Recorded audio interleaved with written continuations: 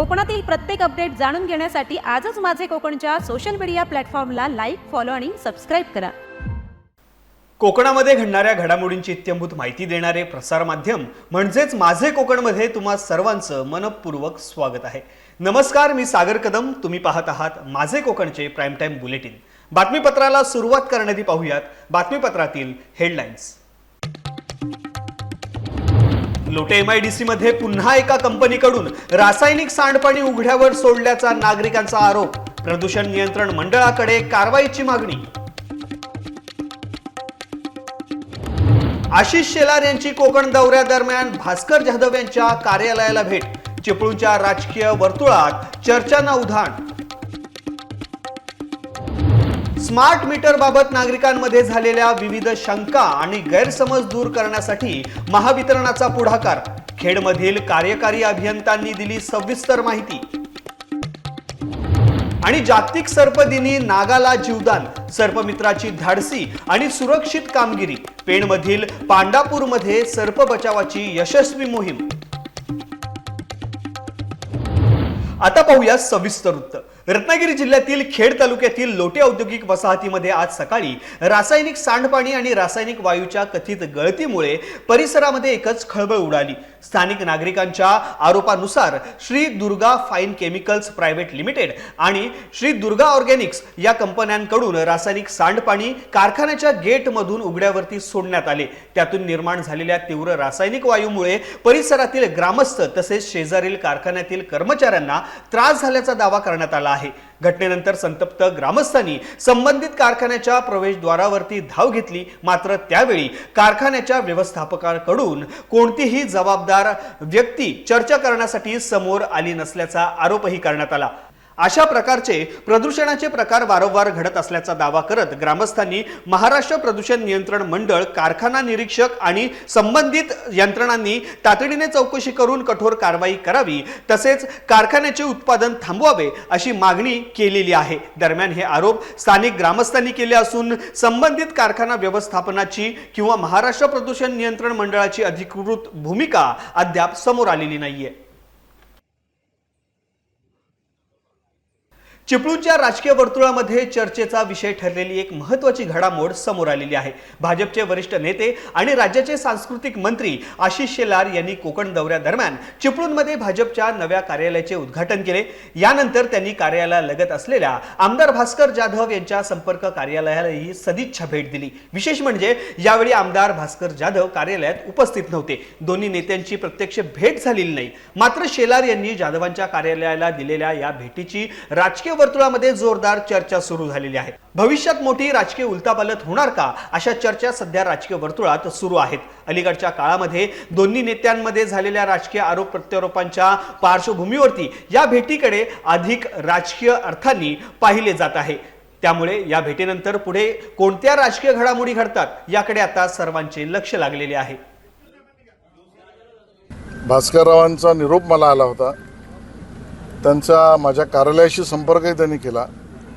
त्यांच्या कार्यालयापासून 2 गाळे सोडून भारतीय जनता पक्षाचं आमच्या जिल्ह्याचं कार्यालय, त्या भारतीय जनता पक्षाच्या जिल्हा कार्यालयाला मी भेट देणार आणि म्हणून निरोप भास्कररावांचा माझ्या कार्यालयाला आला. मलाही आला की आपण माझ्याही कार्यालयात आम्हालाही तुमचं स्वागत आणि त्या ठिकाणी ऋण व्यक्त करायचं. कारण कोकणचे आम्ही सगळे, भास्करराव काय किंवा आम्ही काय, उदयराव काय, हे सगळे आम्ही कोकणातली लोक आहोत किंवा प्रमोद काय. तर भास्कररावांचा निरोप असल्यामुळे बाजूला भाजप कार्यालयात आलेलो होतो आणि भास्कररावांच्या कार्यालयात सुद्धा त्यांचा सत्कार स्वीकारण्यासाठी मी गेलो. कोकणातील राजकारणात नव्या घडामोडींना वेग आलेला आहे का? भाजप कोकणामध्ये 100% आपला अजेंडा राबवण्याच्या तयारीत आहे का? विधान परिषद आमदार प्रमोद जठार आणि मंत्री आशिष शेलार यांच्या अलीकडील दौऱ्यादरम्यान दिसलेली काही राजकीय चित्रे आणि त्यावर सुरू झालेल्या चर्चांमुळे अनेकांच्या भुवया उंचावलेल्या आहेत. पाहुयात याचाच हा विशेष रिपोर्ट. कोकणातील भाजपच्या राजकीय हालचालींना सध्या विशेष महत्त्व प्राप्त झालंय. मंत्री आशिष शेलार आणि विधान परिषद आमदार प्रमोद जठार यांच्या दौऱ्यांमधील काही घडामोडींनी राजकीय वर्तुळात चर्चेला उधाण आलं आहे. विशेष म्हणजे उद्धव ठाकरे यांच्या शिवसेनेचे ज्येष्ठ नेते आणि गुहागरचे आमदार भास्कर जाधव यांच्या कार्यालयात भाजप नेत्यांनी भेट दिल्याची चर्चा रंगली आहे. याबाबत नामदार शेलार यांनी स्पष्टीकरण दिलं असलं तरी या भेटीचे राजकीय संकेत काय याविषयी विविध तर्कवितर्क लावले जात आहेत. दुसरीकडे शिंदे गटाचे राजापूरचे आमदार किरण सामंत यांच्याशी झालेल्या चर्चेची देखील राजकीय वर्तुळात जोरदार चर्चा आहे. या भेटीत नेमकी कोणती राजकीय रणनीती आखली गेली याबाबत अधिकृत माहिती समोर आली नसली तरी अनेक शक्यता व्यक्त केल्या जात आहेत. दरम्यान आमदार प्रमोद जठार यांनी अलीकडील लोटे, दापोली आणि गुहागर विधानसभा मतदारसंघात दौरे वाढवले आहेत. त्यांचे हे दौरे देखील चर्चेचा विषय ठरत आहेत. कोकणातील आगामी राजकीय समीकरणांबाबत त्यांनी दिलेले संकेत अनेकांच्या उत्सुकतेचा विषय बनले आहेत. या सर्व घडामोडींच्या पार्श्वभूमीवर भाजप कोकणात मोठ्या राजकीय रणनीतीवर काम करत आहे का? राजकीय ऑपरेशनची तयारी सुरू आहे का? अशा प्रश्नांची चर्चा आता राजकीय वर्तुळात रंगू लागली आहे. मात्र याबाबत कोणतीही अधिकृत घोषणा किंवा पुष्टी अद्याप झालेली नाही. स्मार्ट मीटरबाबत नागरिकांमध्ये झालेल्या विविध शंका आणि गैरसमज दूर करण्यासाठी महावितरणाने पुढाकार घेतलेला आहे. खेड येथील महावितरण कार्यालयामध्ये कार्यकारी अभियंत्यांनी पत्रकारांशी संवाद साधत स्मार्ट मीटरची कार्यपद्धती, त्यांचे फायदे आणि त्या संदर्भातील विविध मुद्द्यांची सविस्तर माहिती दिली. स्मार्ट मीटरमध्ये कॅमेरा असल्याच्या चर्चांसह विविध आरोपांवरही त्यांनी स्पष्टीकरण देत पत्रकारांच्या सर्व प्रश्नांची उत्तरे दिली. नागरिकांपर्यंत योग्य आणि वस्तुनिष्ठ माहिती पोहोचावी यासाठी जनजागृती मोहीम अधिक प्रभावीपणे राबवण्यात येणार असल्याचे त्यांनी सांगितले. याचाच भाग म्हणून LED व्हॅनच्या माध्यमातून माहितीपर चित्रफित दाखवत नागरिकांमध्ये स्मार्ट मीटरबाबत जनजागृती निर्माण केली जाणार असल्याची माहितीही यावेळी देण्यात आली. महावितरणाच्या या उपक्रमातून स्मार्ट मीटरबाबतचे गैरसमज दूर होऊन नागरिकांपर्यंत अधिकृत माहिती पोहोचवण्याचा प्रयत्न केला जाणार आहे. माझ्याकडे हे एक जिनस कंपनीचं सिंगल फेस स्मार्ट मीटर आहे. या स्मार्ट मीटरमध्ये कोणत्याही प्रकारचा कॅमेरा नाही, कॅमेरा अजिबात नाही. याला फक्त एक कम्युनिकेशन पोर्ट असतो जो या काळ्या झडपेने झाकला गेलेला आहे. हे कम्युनिकेशन पोर्ट दिसतो. या कम्युनिकेशन पोर्टला आम्हाला याच्यातला डाटा घेणे किंवा याच्यात काही सुधारणा असेल, काही सॉफ्टवेअरचा अपडेट असेल तर तो अपडेट करणे एवढाच त्याचा उपयोग आहे. इतर वेळेस ही काळी झडप लावलेली असती. याच्यात कोणत्याही प्रकारचा कॅमेरा नाही. आवाहन करेल मी की याला घाबरण्यासारखं काही नाही. हे अत्यंत आपण जसं आपले गॅजेट्स अपग्रेड करतो, मोटरसायकल, TV, मोबाईल, आपलं घर अपडेट करतो, सगळ्या नवीन नवीन टेक्नॉलॉजी स्वीकारतो, ते अंगीकारतो, तसंच हे वीज मोजण्याचं नवीन आधुनिक पद्धत आहे. आणि जे काही मी पुन्हा पुन्हा सांगेन की जे काही दरसंकेतमधले जे काही बारकावे असतात ते फार सामान्य माणसांना समजणं थोडंसं अवघड नाही आहे, पण खूप लक्ष देऊन समजून घ्यावं लागतं. तर हे सगळे प्रकारचे सॉफ्टवेअर प्रोग्राम याच्यात असतात आणि त्यांनी जे काही शिस्त पाळली, पॉवर क्वालिटी व्यवस्थित ठेवली, त्याचे जे काही पॉवर फॅक्टर व्यवस्थित ठेवलं, तर हार्मोनिक्स कंट्रोलमध्ये ठेवले, तर हे जे काही सगळे आमचे जे काही मार्कर्स आहेत, पॉवर क्वालिटीचे मार्कर्स आहेत किंवा युजिंग करण्याचे मार्कर्स आहेत, ते मार्कर्स जर का त्यांनी चांगले ठेवले तर त्याला खूप इन्सेंटिव्ज देतात. आणि ते इन्सेंटिव्ज किती द्यावे, कसे द्यावे हे मोजण्यासाठी या मीटरशिवाय पर्याय नाही. जागतिक सर्प दिनाच्या पार्श्वभूमीवरती रायगड जिल्ह्यातील पेण तालुक्यातील पांडापूर येथे नाग जातीच्या विषारी सापाला सुरक्षित जीवदान देण्यात आले. पांडापूर येथील पेट्रोल पंपासमोर मंगेश नामदेव गावंड यांच्या अंगणामध्ये हा नाग आढळून आला होता. माहिती मिळताच सर्पमित्र सुरेंद्र उर्फ नागेश गावंड यांनी घटनास्थळी धाव घेत सापाला कोणतीही इजा न करता सुरक्षितपणे पकडले. त्यानंतर त्यांनी वनक्षेत्रपाल वडखळ विजय चंद्रात्रे यांच्याशी संपर्क साधून घटनेची माहिती दिली. जागतिक सर्पदिनी वन विभागाचे वाहन चालक नितीन शिंदे यांच्या उपस्थितीत पकडलेल्या नागाला जंगलातील नैसर्गिक अधिवासामध्ये सुरक्षितपणे सोडण्यात आले. या संपूर्ण बचाव मोहिमेमध्ये वन विभागाच्या सहकार्यामुळे सर्प संवर्धनाचा आणि वन्यजीव संरक्षणाचा महत्त्वाचा संदेश पुन्हा अधोरेखित झालाय. मी सर्पमित्र श्री सुरेंद्र उर्फ नागेश गावंड काल संध्याकाळी 6:30 पावणे 7च्या दरम्यान पांडापूर पेट्रोल पंपाजवळ मंगेश नामदेव गावंड यांच्या अंगणासमोर हा नाग जातीचा साप आहे. जवळजवळ 5-5.5 फूट लांबीचा हा साप आहे आणि ह्याला आपण काल सुरक्षित पकडलेला होता. अत्यंत विषारी असा साप आहे.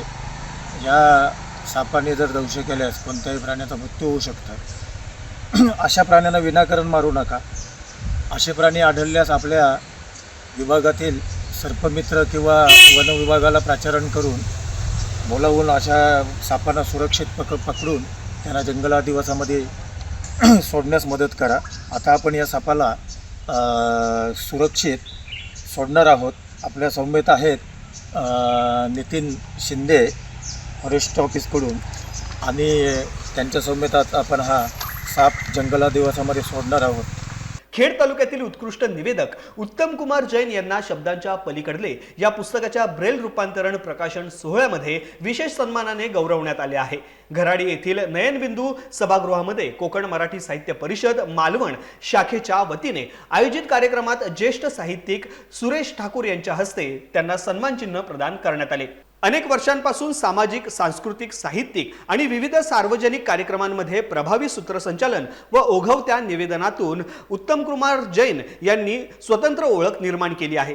कार्यक्रमाच्या आशयाला साजेशी भाषा, प्रसंगानुरूप निवेदन आणि श्रोत्यांशी सहज संवाद साधण्याच्या त्यांच्या शैलीचे मान्यवरांनी विशेष कौतुक केले. तसेच शब्दांच्या पलीकडले या पुस्तकाच्या ब्रेल रूपांतरणामुळे दृष्टीहीन बांधवांसाठी ज्ञानाची नवी दारे खुली करणाऱ्या उपक्रमाचेही उपस्थितांनी स्वागत केले. मागील आठवड्यामध्ये झालेल्या अतिवृष्टीमुळे नुकसान झालेल्या शेतकऱ्यांना रायगड जिल्हा परिषदेने दिलासा दिलेला आहे. मुसळधार पावसामुळे अनेक ठिकाणी भाताच्या रोपवाटिका कुजल्याने शेतकऱ्यांवरती दुबार पेरणीची वेळ आली. ही परिस्थिती लक्षात घेऊन जिल्हा परिषदेच्या वतीने शेतकऱ्यांना 75% अनुदानावरती भात बियाणे उपलब्ध करून देण्यास सुरुवात करण्यात आलेली आहे. कृषी सभापती वैकुंठ पाटील यांच्या उपस्थितीत या उपक्रमाचा शुभारंभ झाला. या योजनेअंतर्गत सुमारे 1000 रुपयांची बियाण्यांची बॅग शेतकऱ्यांना केवळ 135 रुपयात उपलब्ध होणार आहे. या निर्णयाचा रायगड जिल्ह्यातील सुमारे 12,000 शेतकऱ्यांना लाभ मिळणार असून दुबार पेरणीसाठी ही मदत महत्त्वाची ठरणार आहे. या संदर्भात कृषी सभापती वैकुंठ पाटील यांनी अधिक माहिती दिली आहे. ज्याने पेरणी केली होती ती पेरणी सुद्धा त्या ठिकाणी पूर्णपणे फुकट गेली आणि अशा परिस्थितीमध्ये पूरग्रस्त शेतकऱ्यांना आधार मिळावा याच्यासाठी सन्माननीय जिल्हा परिषदेचे अध्यक्ष, सन्माननीय सभापती कळंबे साहेब, सन्माननीय जिल्हा परिषद यांच्या वतीने जी बियाणांसाठी 10 लाख रुपयाची तरतूद होती ती 10 लाखाची तरतूद 50 लाख केली व त्याप्रमाणे महाबीजचं या ठिकाणी बियाणं तातडीने उपलब्ध करून देऊन जवळपास 12,000 शेतकऱ्यांना हे बियाणं या ठिकाणी वाटप करण्यात येणार आहे. हा जिल्हा परिषदेकडनं शेतकऱ्यांना दिलेला आधार आहे. या बातमीसह आता बातमीपत्रामध्ये वेळ झाली इथेच थांबण्याची. कोकणामध्ये घडणाऱ्या घडामोडींची इत्यंभूत माहिती मिळवण्यासाठी आणि अपडेट जाणून घेण्यासाठी तुम्ही पाहत राहा फक्त माझे कोकण.